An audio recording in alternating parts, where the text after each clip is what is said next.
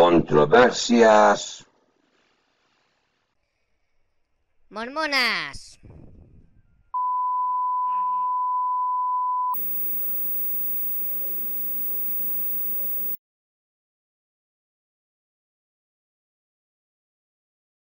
Hola, mis estimados amigos, mis hermanos en esta aventura.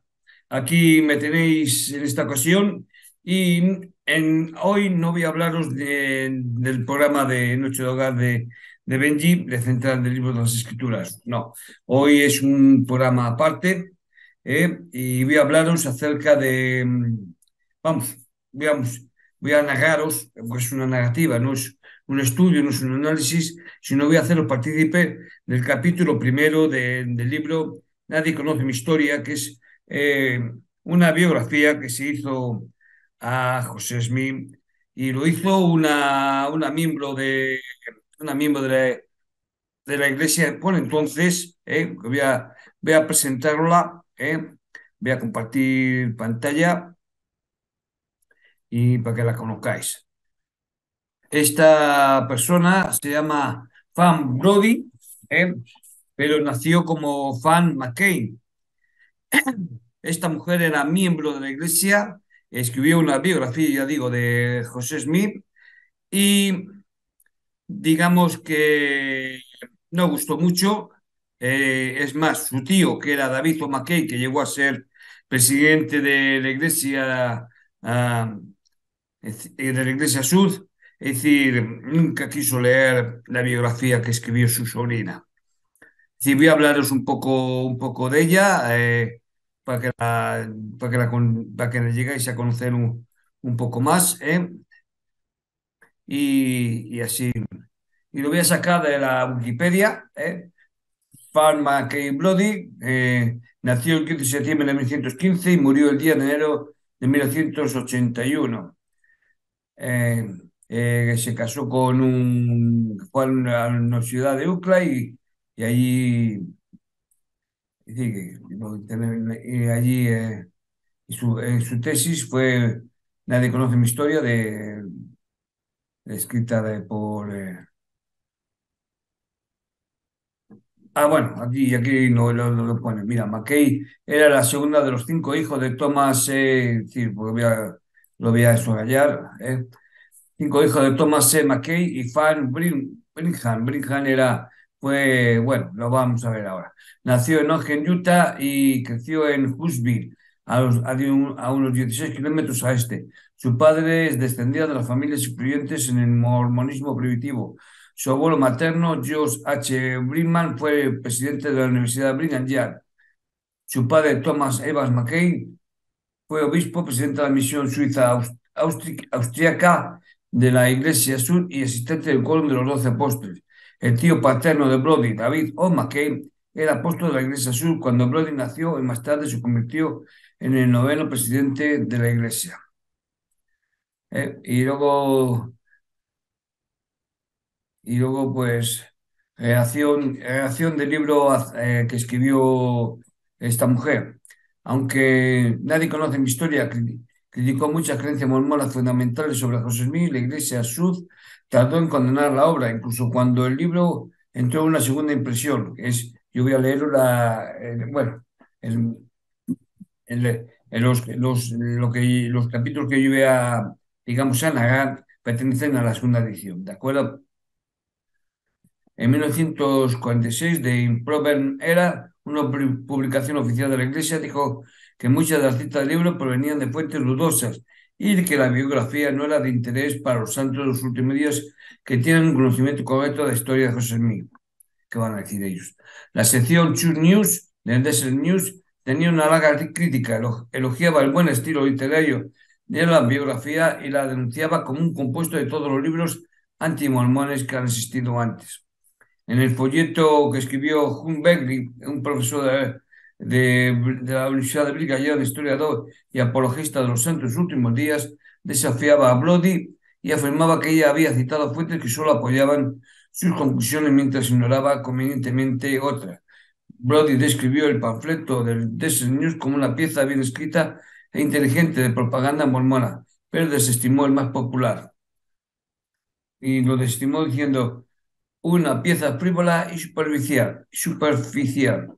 Bueno, en mayo de 1946, la Iglesia Sud excomulgó a Brody. Nunca intentó recuperar su membresía. Brody escribió una vez a un amigo que lo que sufrió por su desilusión con el mormonismo, es decir, tuvo que ver con el dolor que causé a mi familia. La desilusión en sí fue una experiencia liberadora. Antes de que se publicara el folleto de Hucknall, eh, Brody trató de consolar a sus padres. Ustedes nos educaron a todos para venerar la verdad, que es el ideal más noble que un padre puede inculcar a sus hijos. Y el hecho de que si salgamos por caminos algo diferentes no es ciertamente un reflejo de ustedes. La madre y las tres hermanas de Brody estaban entusiasmadas con el libro, pero ya su tío, bueno, pero Tomás McKay, es decir, el padre, se negó a leerlo. Bueno, entonces yo me equivoqué, nombré al padre antes en lugar del tío David, que sí que leyó el libro. Bueno, básicamente esto es eh,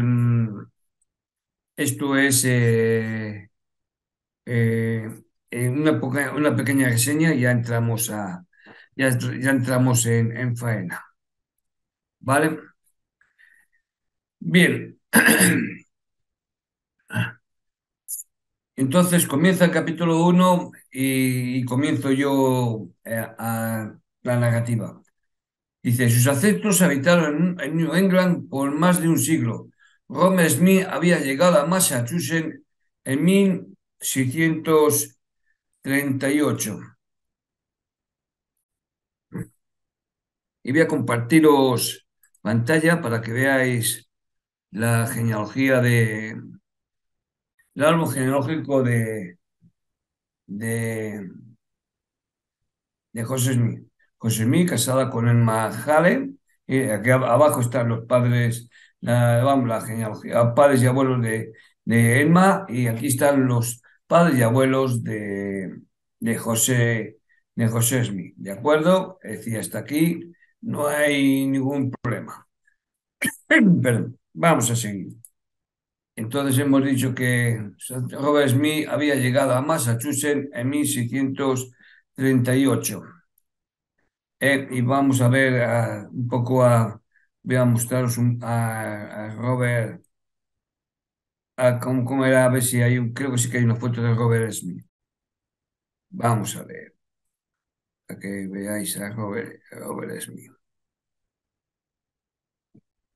Bien, aquí tenéis la genealogía más extendida voy a también voy a pasarme al otro lado. Vale, bien, José Smith. Este es el padre de Pepillo, Asael, que era hijo de Samuel, que era hijo de Samuel, que era hijo de Robert Smith Jr.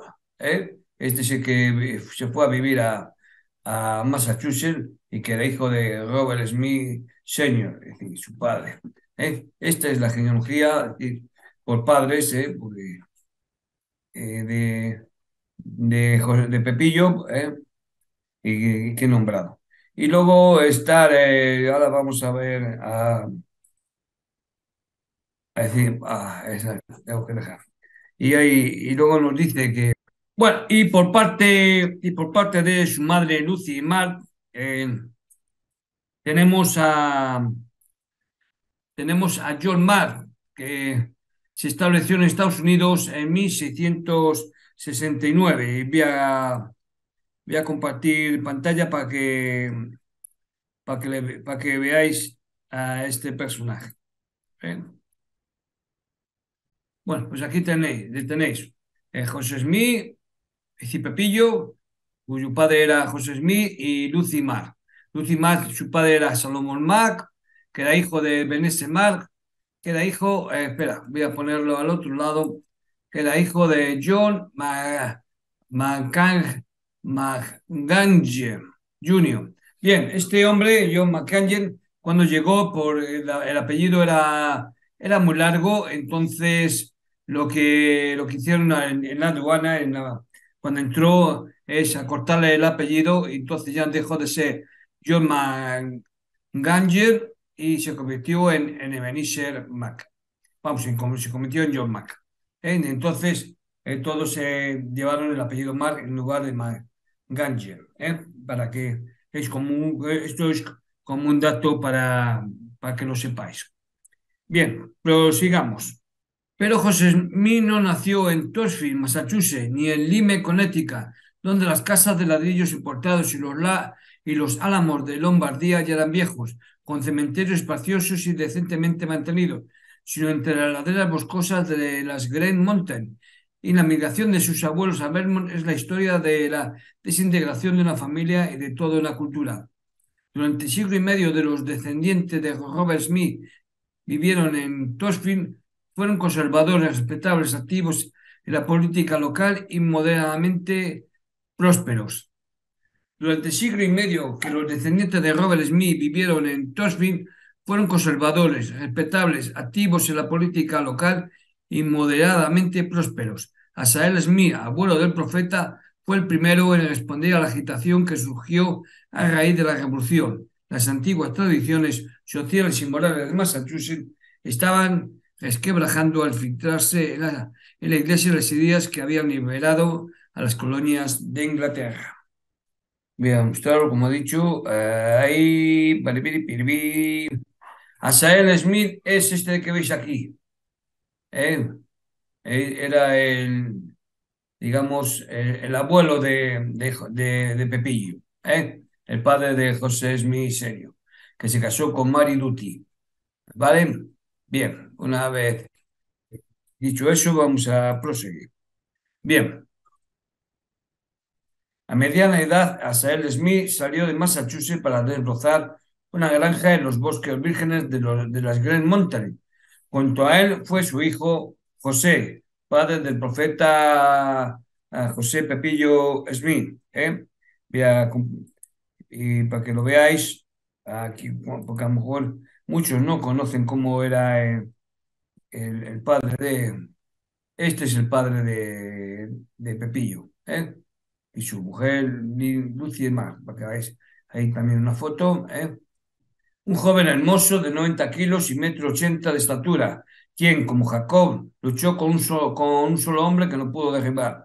Talaban y quemaban, y como muchos otros vecinos migrantes, contaban la cosecha antes que los tocones se pudieran, y apilaban desdén en los valles bajos del sur. José Smith conoció y se casó con su hija. Perdón, José Smith, sí, padre, conoció y se casó con una hija de esas características. No sabemos si también era de aspecto leonado, recia y de extremidades fuertes, porque no tenemos retrato alguno hecho de luz y mal hasta que se quedó sin dientes en edad avanzada. ¿eh? Debió haber sido bella porque sus hijos eran guapos y sus hijas se casaron jóvenes, pero no experimentó una vida de lujo ni de seguridad económica. Su padre, Solomon Matt, era un hijo del infortunio.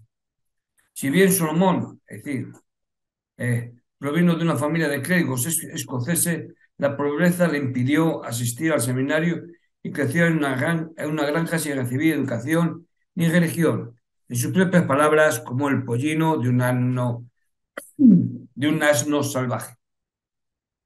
Había luchado en la guerra franco-india y luego en la revolución con sus dos hijos, Jason y Stephen. Para cuando su hija, Lucy, se casó, Solomón era un anciano indigente y reumático que recorría la campiña montando de costado y hablaba sobre escribir una memoria de sus pruebas y desventuras.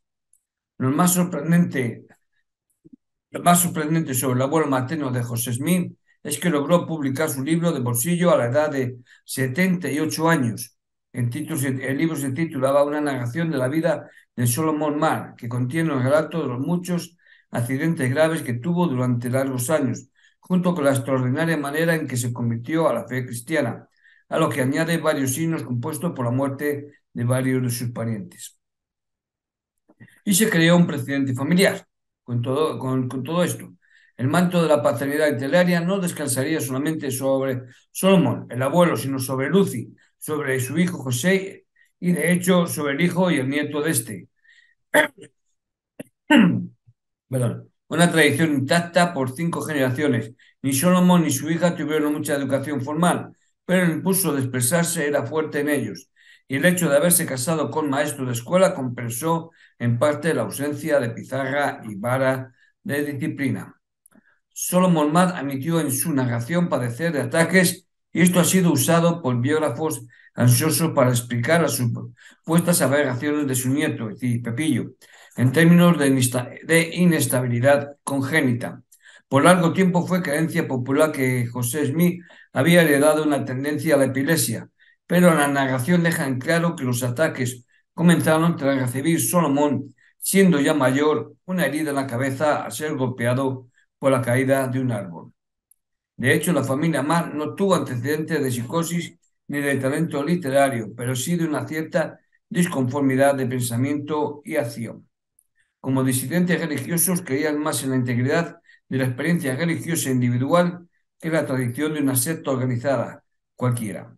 Solomon, en su avanzada edad, cayó en una especie de misticismo senil, con luces y voces atormentándole en su lecho de enfermo. Jason Marr, el hermano mayor de Lucy, se manifestó abruptamente en contra de las tradiciones religiosas y económicas de New England, cuando se hizo buscador y estableció en New Brunswick una sociedad cuasi comunista de 30 familias indigentes, cuyo bienestar económico y espiritual buscó dirigir. Cuando la cepa de la que surgió el profeta mormón es llamada ociosa, ahorrativa y degenerada, Stephen Marr, hermano de Lucy Marr, es citado triunfalmente, al contrario. Hizo una fortuna en Detroit y dejó una herencia de $50,000 a su muerte. Había prosperado incluso antes de dejar Vermont, ya que proporcionó a Lucy la dote que el padre no podía dar. Los $1,000 que él y su compañero le dieron justo después del matrimonio de ella hicieron de la chica, considerando que hablamos de Vermont en 1796, una habitual heredera. $1,000 en aquella época era mucho dinero. José y Lucy sintetizaron en su matrimonio las heterodoxias divergentes de sus padres.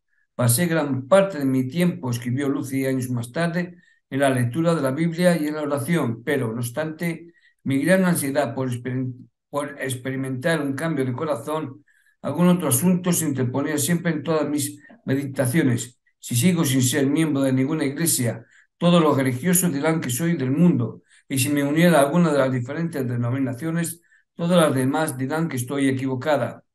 Ninguna iglesia admitirá que tengo razón, con excepción de aquella con la que me asocie. Lucy tenía una mente vigorosa, aunque no escolarizada, y su creencia era simplemente el núcleo del antinomianismo. La vida interior es una ley en sí misma. Se debe preservar a toda costa la libertad y la integridad de la experiencia religiosa. José y Lucy vivieron 20 años juntos en New England, pero sin embargo ninguno de los dos se unió a una denominación ni profesó más que un interés pasajero en alguna secta. Los resurgimientos metodistas de Vermont en 1810 mantuvieron a Lucy entusiasmada por un tiempo, pero más adelante convenció a José de que no había orden ni clase de religiosos que supieran algo más sobre el reino de Dios que la gente del mundo. Asael, el padre de José, es decir, el abuelo, Asael, es decir, recordar, es el abuelo de Pepillo y José es el padre. Se jactaba francamente de ser libre de la tiranía eclesiástica. El hijo se mantuvo lejos de las iglesias hasta que su propio hijo, Pepillo, organizó una, buscando en cambio guía espiritual en sus propios sueños, que su esposa llamaba visiones.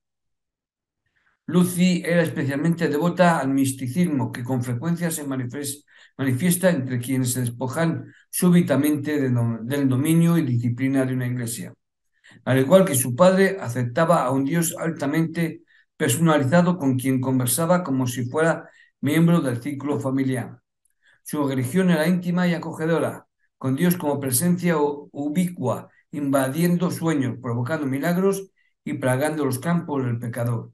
Sus hijos probablemente nunca aprendieron a temerla.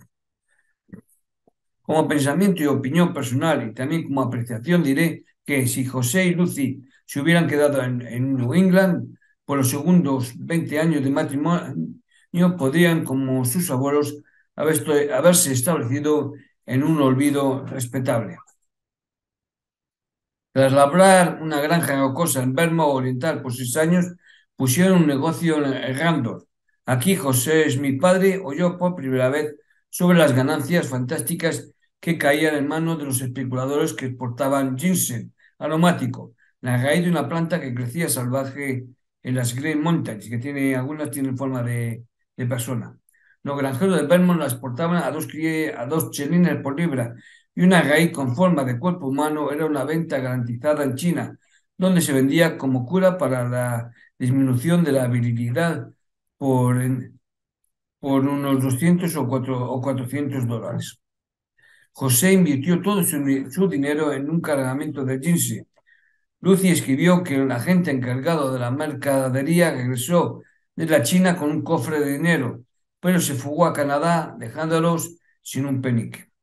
Su esposo había perdido recientemente $2.000 en deudas y debía $1.800 a comerciantes de Boston. Para cumplir con sus acreedores, vendió la granja por $800 y Lucy compensó la diferencia con su dote. La familia entonces comenzó sus peregrinaciones, primero a Royalton y de allí a Sharon, donde José alquiló la granja de su suegro y complementó sus escasos ingresos enseñando en una escuela durante el invierno. Era, por tanto, maestro. Su nuevo hogar era solitario y estaba aislado, en lo alto de la colina sobre el río Witten, con nubes boscosas que se alejaban hacia el atardecer en un desorden verde y exuberante. Había belleza allí, pero poca promesa. Los agentes inmobiliarios habían engañado cruelmente a sus hermanos yanquis al vender las tierras de Vermont, pues tras limpiarlas de maderas las laderas, los agricultores descubrían que todo su esfuerzo revelaba solo tierra infértil y piedras. Los Smith, como sus vecinos, rodaban con esfuerzo las grandes piedras fuera de los campos y las apilaban en muros que corrían como calzada arriba, abajo y alrededor de las colinas. En esa atmósfera y con tan triste paisaje nació el tercer hijo de José y Lucy, el 23 de diciembre de 1805. Y nos dice Frank Brody en su libro que no apareció un cometa en el cielo a su llegada. Ninguna alarma sorprendió a la campiña. Esa noche fría de invierno fue recibido probablemente con más resignación que placer y se lo bautizó José Smith como su padre, sin ceremonias excesivas. El niño nació en una inseguridad de la que en una vida de 38 años nunca pudo escapar. Para su quinto año la familia se había mudado 3 veces, desde Sharon de vuelta a Radon, de allí nuevamente a Royalton y finalmente a Lebanon, cerca de la frontera en New Jersey. Una depresión pesaba sobre New England, dado que su comercio quedó arruinado por el embargo de Jefferson contra Inglaterra y Francia, y más adelante por la guerra de 1812, y del anterior comercio lucrativo con Canadá. Quedó un próspero negocio de contrabando cerca del lago Champlain. Cuando la familia se mudó a Lebanon, New Jersey, su suerte mejoró. Jairo, el segundo hijo, fue enviado a la Academia de Moore en Hanover, pero en 1813 trajo a casa desde la escuela una fiebre que fue devastadora para toda la campiña. El remedio popular era un baño caliente hecho de una decocción de ramas de cicuta, pero dado que las tinas grandes aptas para contener a un hombre eran escasas en los pueblos, se llevó de casa en casa una tina de tablas de pino parecida a un ataúd. No es de extrañar que Vermont tuviera una cifra de 6.000 fallecimientos. El contagio, por usar la misma tina sin desinfectarla. Uno por uno los hijos de José y Lucy Smith cayeron enfermos. José, de 8 años, parecía recuperarse bien, aunque lentamente, hasta que un día Lucy se alarmó al descubrir una infección grande brotándole en el hombro y en la pierna. Las cataplasmas de Gilman fueron tan infructuosas como las oraciones habituales. Y Lucy finalmente llamó a un médico. Le platicó una sangría al muchacho, le dio pulgas y examinó sus feas llagas. Cuando la infección de la pierna no dio signo de mejoría, habló sobre amputarla, pero Lucy se opuso a la sierra y al cuchillo, una furia que le fastidió y detuvo al barbero cirujano. Tuvo que contentarse con cincelar un trozo de hueso debajo de la rodilla del niño. Cuando comenzó la salvaje operación, José no quiso que lo ataran a la cama, ni pudo su padre hacerle tragar whisky a la fuerza para aliviar el dolor. A gritos hizo salir a su madre de la habitación para que no sufriera más que él. Y Lucy más tarde hizo circular por el valle la historia de su heroísmo. Y cómo no, buena madre. Puede que por este sufrimiento José se granjeara el cariño de su madre por encima de sus otros hijos. Grandes cosas esperaban del niño cuyo temple fue probado en tan terrible experiencia. Cuando la convalecencia del muchacho pareció tardía, lo enviaron a casa de un tío en Salem, donde por primera vez sintió el olor picante del aire salado. Siempre recordó Salem y la ciudad puerto lo atrajo bajo circunstancias extraordinarias 25 años más tarde. Pero ahora se recuperó rápidamente y regresó a Lebanon con una cojera apenas perceptible, la cual, sin embargo, se quedó con él de por vida. La esperanza de prosperidad de la familia colapsó bajo la presión de los meses de enfermedad y los Smith regresaron a Vermont cruzando el río Connecticut. Durante 3 años sembraron semillas en Norwich y esperaron una cosecha de un suelo que hace tiempo había dado lo mejor de sí. El viejo Smith escuchó con mayor avidez las descripciones de la profunda Marga Negra y el clima templado de Ohio. Finalmente, en 1816, el año histórico que no tuvo verano, fue desarraigado. En julio llegó a lo que Lucy llamó una helada prematura y sus cultivos una vez más perecieron. Los desconsolados granjeros cargaron sus carretas y siguieron los caminos lodosos hacia el oeste. La migración este año, llamada en el folclore de Vermont 1800 morir congelados, alcanzó el máximo de todos los tiempos. José Smith se unió a la caravana dejando a Lucy y a 8 niños, siendo el menor de solo unos meses de edad. Semanas más tarde, cuando llegó su carta pidiéndoles que empacaran la calesa y lo siguieran hacia el oeste, no fue desde Ohio, donde la mayoría de los habitantes de Vermont esperaban hallar la tierra prometida, sino desde Palmyra, en Nueva York occidental, 2/3 de la distancia entre Albany y las grandes cataratas del Niágara. El joven José, de 10 años, tenía edad suficiente para saber que esta no era otra mudanza hacia un pueblo de las colinas, sino un desarraigo. Pocos hombres que dejaron Vermont para ir hacia el oeste regresaron después. Cruzar las montañas tenía el mismo efecto excitante y aterrador que cruzar el mar en un barco de inmigrante. José vio a su madre cargar el carro y la oyó discutir con sus acreedores sobre el valor de sus escasos bienes domésticos y de la granja. Los tiburones terrestres sabían el valor de una nota proveniente de un hombre y se había ido a donde cae el sol y acusaron a Lucy por las deudas hasta que se puso frenética para no quedarse con muy poco para comer.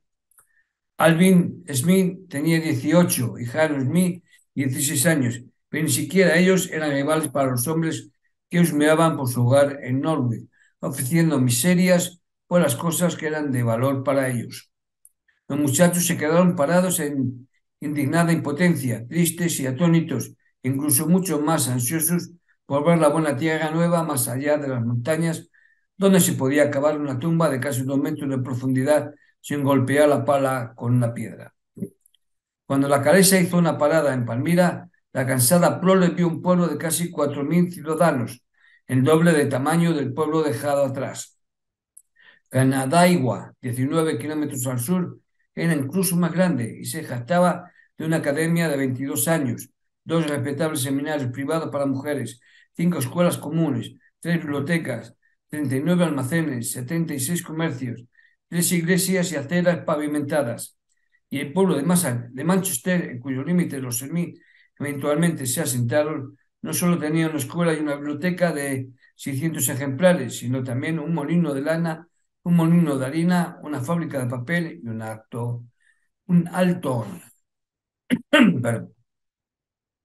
No había privilegio para ocupantes de tierras de Nueva York Occidental, y Smith, padre, necesitaba efectivo para pagar las cuotas de su tierra. Por más de 2 años había vivido en Palmira, donde Lucy tenía un negocio pequeño de tortas y cerveza, donde vendía pan de jengibre, huevos hervidos, alzaparrilla y cerveza de raíz y accesorios de tela de hule, diseñados y pintados por ella misma. Después de meses de trabajar para granjeros, Smith firmó un pagaré por un terreno de 100 acres de tierra sin mejorar a unos 3 kilómetros al sur de Palmira. En un año hicieron un pago inicial sustancial, construyeron una cabaña de leños y comenzaron la ardua tarea de despejar el bosque. Al igual que sus vecinos, los Smith sangraban sus acres de azúcar y hervían la savia para obtener jarabe y azúcar. Produjeron 3.175 kilos en una temporada y ganaron un premio de $50 por la mayor producción del condado. Pero, a pesar de todo su trabajo, el logro de una granja rentable era un proceso lento e incierto. Se necesitaban 3 hombres y una yunta de bueyes para despejar y sembrar un campo de 10 acres. Las cosechas fueron buenas de 1817 a 1819 y luego excelentes hasta 1824. Sin embargo, las deudas se acumulaban y un colono desposeído tras otro se trasladaba a Ohio y desde ahí a Indiana, donde compraban las granjas abandonadas por los hombres seducidos por Illinois para ir aún más al oeste. José Smith creció hasta la madurez en esta atmósfera de anticipación desenfrenada. Junto a este optimismo había un patriotismo militante. La comunidad era inestable, no solamente por el atractivo de tierras más baratas en Ohio y la fiebre general de especulación, sino también por el carácter de los ciudadanos en sí. Los inmigrantes de New England eran los aventureros, los descontentos, los inconformistas. Las viejas costumbres que llevaron a las jóvenes comunidades estaban condenadas a ser flexibilizadas y distorsionadas por la nueva libertad. En ninguna parte en ninguna parte el lazo de los viejos códigos fue más evidente que las iglesias. Las cuales fueron atormentadas con cismas. Los metodistas se dividieron 4 veces entre 1814 y 1830. Los bautistas se dividieron en bautistas reformados, bautistas ortodoxos, bautistas del albedrío, bautistas del séptimo día, lavados de pies y otras sectas. La libertad religiosa sin restricciones comenzó a generar una gran cantidad de religiones nuevas. La migración trajo consigo a piadosos marginados. Estaba Isaac Bullock. Este es un pequeño panfleto acerca de Isaac Bullock el profeta y la gente. Bueno, Isaac Bullock y no encontré ninguna foto de Isaac Bullock. Entonces os muestro para que veáis aquí Isaac Bullock y los Pilgrims de 1817, y que habla un poco de ello. Simplemente era eso. Bien. Como yo dije, estaba Isaac Bullock vestido con nada más que una faja de piel de oso y su barba, que en 1817, conforme al profeta que habéis visto, reunió seguidores peregrinos, que era el título de ese. En Boston, Vermont, a media docena de colinas de la vieja granja de los Smith, estaba Ann Lee. Y esta sí que hay foto de Ann Lee, que yo os la muestro. Esta es Ann Lee. No deciden, esta es una foto ya cuando era mayor, pero vamos, dicen que fue una mujer hermosa. Bueno, sigamos. Estaba Lee, madre de los Saques, quien decía ser la reencarnación de Cristo y había oído a la ira de Nueva York con sus comunistas célibes. Y voy a mostraros un poco, cómo eran los Saques, que no eran gente, era gente bien vestida, educada, y, y bien parecida, es decir, no eran gente que le gustase hacer escándalo ni nada más. Vamos, sigamos. Su seta floreció y se expandió en la atmósfera religiosa fecunda del estado de Nueva York. En 1826, unos saques construyeron salones comunitarios en Sodus Bay, a 48 kilómetros de Palmira. El joven Smith podía haber pasado una tarde en su baile procesional en el que se agastan los pies. Y voy a, y voy a mostraros un poco cómo era ese baile, para que lo veáis. ¿Eh? Un poco cómo era. Este es el típico, esto es un baile shackers, ¿eh? Para que veáis ahí un poco cómo era. Bueno, si sigamos, voy a dejar de compartir pantalla y vamos a seguir con... bien, como ya digo, el joven Smith podía haber pasado una tarde en su baile procesional en el que se agastan los pies, viendo primero a uno y luego a otro separarse y girar como derviches hasta caer exhaustos al suelo, pronunciando un galimatías incoherente, generosamente conocido como don de lenguas. Era Jemina Wilkinson, la amiga universal que quería ser el Cristo impasible ante el periódico de Palmira que con malos ojos le puso el prefijo anti y la llamó impostora consumada. Gobernó su colonia con revelaciones del cielo y juró que nunca moriría. Excéntricos como Burlard, Anne y Jemina Wilkinson eran solo las figuras más conspicuas del margen púrpura de la religión organizada.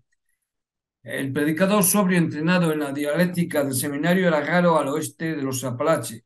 En cambio, uno hallaba sanadores de fe y evangelistas ambulantes agitando a su público y a paroxismos de frenesí religioso. Los bautistas se jactaban en 1817 de que en el estado de Nueva York, al oeste del Hudson, el río Hudson, había solo 3 predicadores con estudios universitarios. Los colonos en el antiguo territorio del noroeste exigían personalidad en lugar de diplomas de los hombres que lo llevarían a Dios. Palmira fue el centro de los predicadores ambulantes. Luego llamaron el distrito quemado. No existe descripción detallada de los surgimientos de Palmira y Manchester entre 1824 y 1827, cuando fueron más tormentosos. Y no podemos estar seguros de que igualaron la intensidad patológica de los famosos resurgimientos que habían sacudido a Connecticut a principios del siglo. Los evangelistas habían invadido la región montañosa, predicando en grandes reuniones de campamentos al aire libre, donde los silenciosos y solitarios colonos se reunían para cantar y gritar. Y voy a mostraros una foto para que veáis lo que yo estoy diciendo. Esto es las reuniones en Palmira, ¿eh? Aquí el predicador hablando, bla, bla, etcétera, etcétera. ¿Eh? El gran evangelista Charles G. Finney, voy a mirar a ver si tengo alguna foto de él. Sí que tengo una foto de Charles Finney. Este es Charles Finney, 1792-1875, me parece que pone. Bien, pues como ya decía, Charles Es decir, Charles Heffinger, el evangelista, señaló con consternación que donde la emoción había sido más salvaje, resultaba en una reacción tan extensa y profunda como para dejar la impresión en muchas mentes de que la religión era un mero engaño. Otro predicador escribió a otro, miles de lenguas con el sonido de aleluya parecían correr a través del espacio infinito, mientras que otros cientos quedaban postrados pidiendo a gritos misericordia. Oh, mi querido hermano, de haber estado aquí presenciando los miembros convulsionados, los cuerpos aparentemente sin vida, te habría sentido constreñido a gritar como yo me sentí obligado a hacerlo. Los dioses están entre la gente. Y este es el título que pone del primer capítulo. Los dioses están entre la gente. Los resurgimientos por sus excesos propios atenuaron una antipatía normal hacia la excentricidad religiosa. Y estos años pentecostales, que coincidieron con la adolescencia y los primeros años de adultez de José Smith, fueron los más fértiles en la historia de Estados Unidos en cuanto a la brotadura de profetas. En la misma década que el joven José anunció su misión, William, William Miller, este hombre que vais a ver a continuación, ¿eh? Este es William Miller. ¿Eh?